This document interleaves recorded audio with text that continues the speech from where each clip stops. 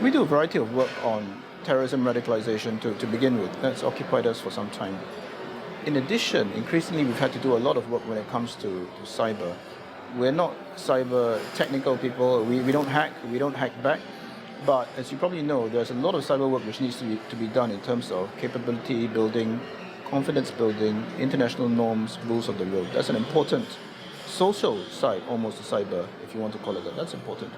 And finally, we have increasingly been asked to do work on what some people call fake news, but it's much wider than that.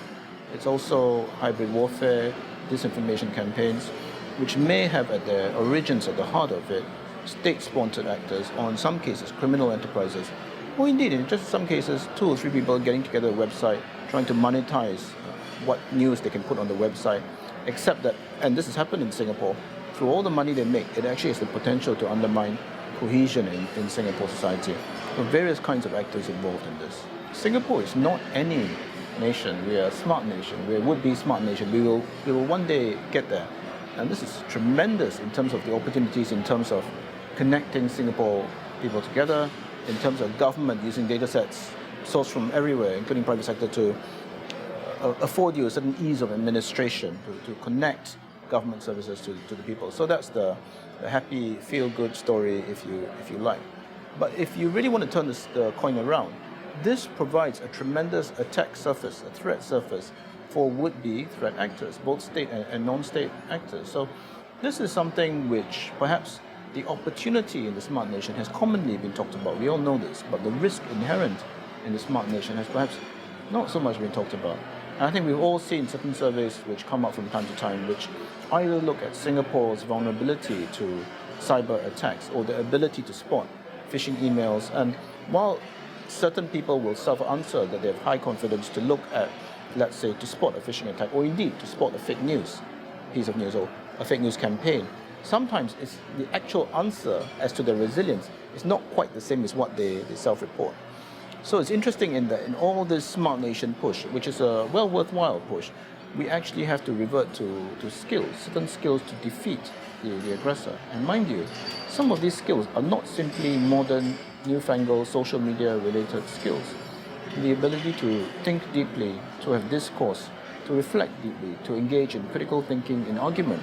These are skills which we used to have, arguably which we used to have a lot more in the old days, depending on your point of view.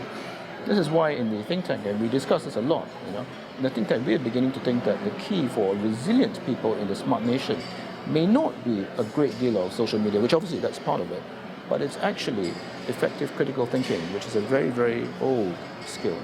The various threat actors are increasingly, and cybersecurity companies are increasingly saying this, increasingly come to look at Singapore as an attack surface, which gives you a vast opportunity. So that's actually almost a scary part, because in the smart nation that we're going to be, criminal syndicates might want to understand more about us, our vulnerabilities, and indeed, they may go further than they have done in the recent past. I've listed to you the various hacks which have taken place. But you look at a city like Atlanta in the United States earlier this year, it faced a massive breach, arguably through phishing, where a ransomware attack ground the city and municipal services essentially to a halt, where, and this is scary to think about it, where city administration officials had to resort to pencil and paper to keep administration running for a short time. So that's the national level. But the people level, we certainly need education, and young people do coding from a young age and so on and so forth. Also, I think a balanced understanding of what social media and the internet can and should not be used for. We do not want a situation where young people grow up and assume that phishing or some sort of use of malware and hacking is actually not a big deal, it's fine.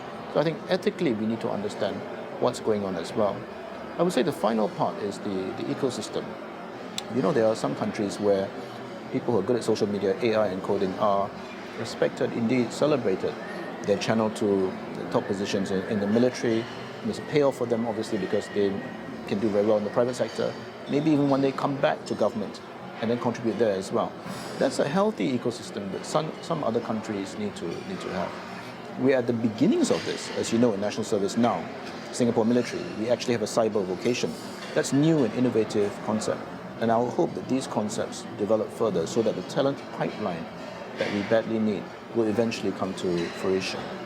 Cybersecurity is a fraught and a sensitive issue. If you want to show as a company or even as a nation that you've been hacked, in some ways you're betraying your own vulnerability. If you want to point the finger at someone who you say has hacked you, let's say another state actor, in a way you're showing off what your own technical capability is, your forensic capability is. So number one is I think we have to accept and assume that some degree of cyber cooperation may well happen away from ASEAN, maybe let's say on the bilateral basis, or maybe Interpol might be involved in specific pinpoint cases. That's not to say ASEAN doesn't have a big role to play. ASEAN did have a big role to play when the ministers responsible for cybersecurity came together in Singapore September last year for the Singapore International Cyber Week, SICW. They decided on a number of things, and one of the key things they decided was that the international norms that the UN is trying to promulgate, the UN Group of Governmental Experts 2015 norms when it comes to, let's say, not attacking critical infrastructure, just to understand certain things which you can and cannot do, what's acceptable and not acceptable in international cyber norms. UNGG has not been universally accepted, but for Singapore to bring together ASEAN ministers responsible ASEAN and for them to subscribe to the UNGG principles is quite a big deal. POFMA, which is the Protection Against Online Falsehoods Law, is an important step.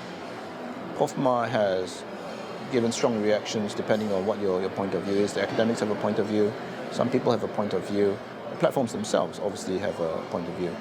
But from my point of view, something had to be done. Platforms, when they came up all those years ago, came with this promise of unifying human societies. This has not quite happened. Mind you, they have been a force for good, but not unmitigatedly so. To some degree, they've split or atomized human societies, so governments had to take a stand. Singapore is not the only one. France has done something, Germany has done something, there are various other countries.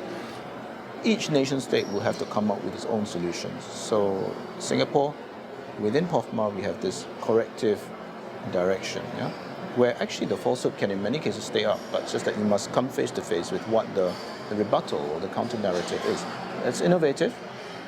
If it's been shown to work, later it's sure to be copied by other countries which are watching Singapore very, very closely. But that's just the law. What seems to have been missed or escaped notice is statements from our government leaders that actually, look, the antidote or the silver bullet, in as much as there is one for fake news, is not legal. It's actually resilience, cohesion, critical thinking skills, some of the heritage skills I talked about. And these have to be inculcated from a very, very young age. In other words, people need to be media savvy, aware of the possibilities that the internet and social media give you, while not tipping over into paranoia when it comes to understanding the darker side of social media. So Singapore is this interesting tipping point where we're in this push to become a smart nation. We need to understand the good that the internet and social media brings us, and we need to understand the bad as well.